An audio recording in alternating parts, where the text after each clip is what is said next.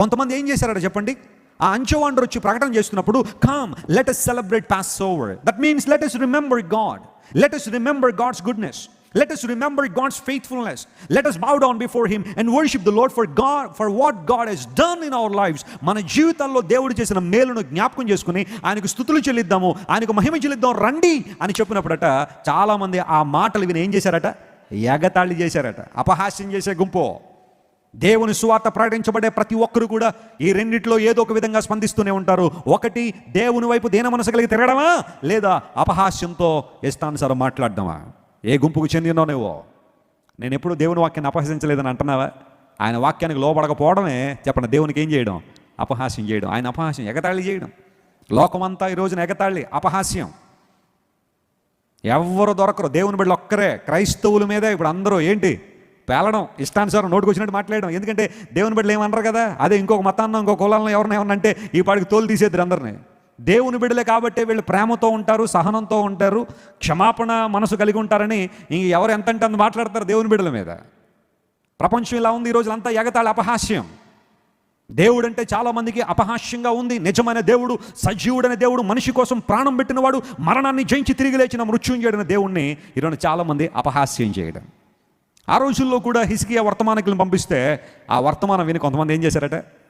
ఏంటే హిజ్కియాకి ఇప్పుడు వచ్చిందా మనసు? ఎప్పుడో మానేసాం మేము దేవుని వెంబడించడం, ఎప్పుడో మానేసాం పస్కాన్ని ఆచరించడం, మా బాధలు మా కష్టాలు మావే, ఇక మీ మాటలు వినే టైం మాకు లేదని చాలామంది ఏం చేశారట?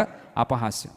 కొంతమందికి ఈ రోజుల్లో యవనస్తులు కొంచెం బాగా చదువుకునే మనసు కనుకుంటే, కొంచెం బాగా చదువుతుంటే వాళ్ళకి దేవుడు అంటే ఎంత అపహాస్యమో కొంతమందికి కదా. దేవుడు అంటే ఎంత ఎగతాళ్ళో. వాళ్ళ అమ్మ ప్రార్థన చేస్తుంటే నవ్వుతూ ఉంటాడు, వాళ్ళ నాన్న బైబిల్ చదువుతూ ఉంటే నవ్వుతూ ఉంటాడు. మరి అతను చేసే పనులు ఏంటి అంటే రోజు తాగేసి పడిపోతుంటాడు, ఇష్టాన్ని తిరుగుతూ ఉంటాడు, లేకపోతే ఫోన్ వేసుకుని కూర్చొని అందరితో అశ్లీలమైన సంభాషణలు చేస్తూ ఉంటాడు. అవి ఆనందంగానే ఉంటాయి. ప్రార్థన చేయడం, దేవుని వాక్యాన్ని చదివే వాళ్ళని చూసి హేళన చేస్తూ ఉంటారు. ఒక రోడ్డు మీద బ్రాందీ బాటిల్ పట్టుకుని నడుస్తున్న వాళ్ళని, అన్నా నీ అంతటోళ్ళు లేరన్నా అంటారు. అదే బైబిల్ పట్టుకుని వెళ్తుంటే ఏమంటారు చెప్పండి? భక్తిపరులు ఎక్కువైపోయారు ఈరోజు మన దేశంలో అని అలాంటి వాళ్ళని చూసి ఏమంటారు? కొంతమంది హేళన చేస్తూ ఉంటారు. జాగ్రత్త సుమ, భూజనులు ఎలా అల్లరి చేయుచున్నారు, జనములు ఎలా అల్లరి చేస్తూ ఉన్నారు. ఆకాశమందు ఉన్నవాడు వారిని చూసి ఏం చేస్తాడంట? నవ్వుతున్నాడని బైబిల్లో ఉంది. అంటే అపహాస్యం నీకు ఒక్కడికైనా వచ్చు? హేళన చేయడం నీకు ఒక్కడికైనా? దేవుడు చూసి నవ్వుతున్నాడంట నీ దుర్మార్గత, నీ దుష్టత్వాన్ని చూసి.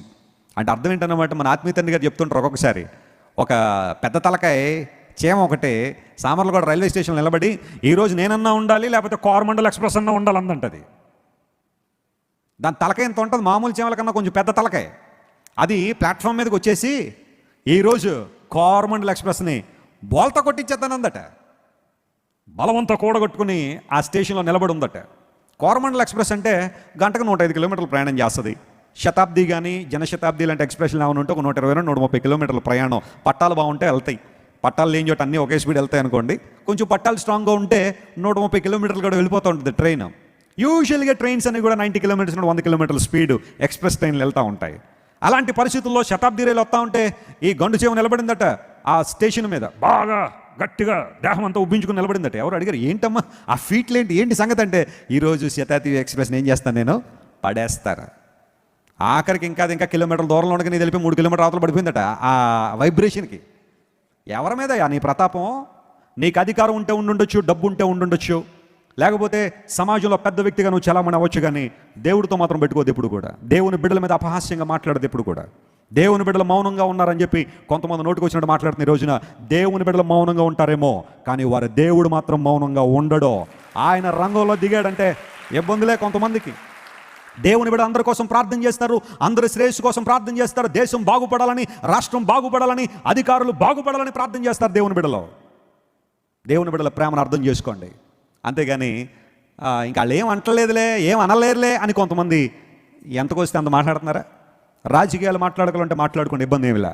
ఒక రాజకీయ పార్టీ మీద ద్వేషం ఉంటే మరొక రాజకీయ పార్టీ ఏదో ఒక విధంగా వాళ్ళు మాట్లాడు, కానీ అందులో మతాల మధ్యలో తీసుకొచ్చి దేవుని బిడ్డలను తీసుకొచ్చి వారిని అవమానించి మాట్లాడడం మాత్రం శ్రేయస్కరం కాదు, అది సమంజసం కూడా కాదు. ప్రియులారా, దేవుని బిడ్డలు దేవుని ప్రేమను కోరుకునేవారు. దేవుని వర్తమానం వారికి అందించబడినప్పుడు ఏం చేశారట? వాళ్ళు ఎగతాళి చేశారు, అపహాస్యం చేశారు. ఆ గుంపులోనూ ఉన్నావా? రా ప్రభు పాదాల మీద పడు. నువ్వు ఎవరైనా సరే, నువ్వు ఎంత గొప్పవాడైనా దేవుని ముందు దీన మనసు కలిగి ఉండు, వినమ్రతతో ఉండు, తగ్గించుకున్నాడు. దేవుడు నిన్ను హెచ్చిస్తాడు, దేవుడు నిన్ను బలపరుస్తాడు, ఆశీర్వదిస్తాడు.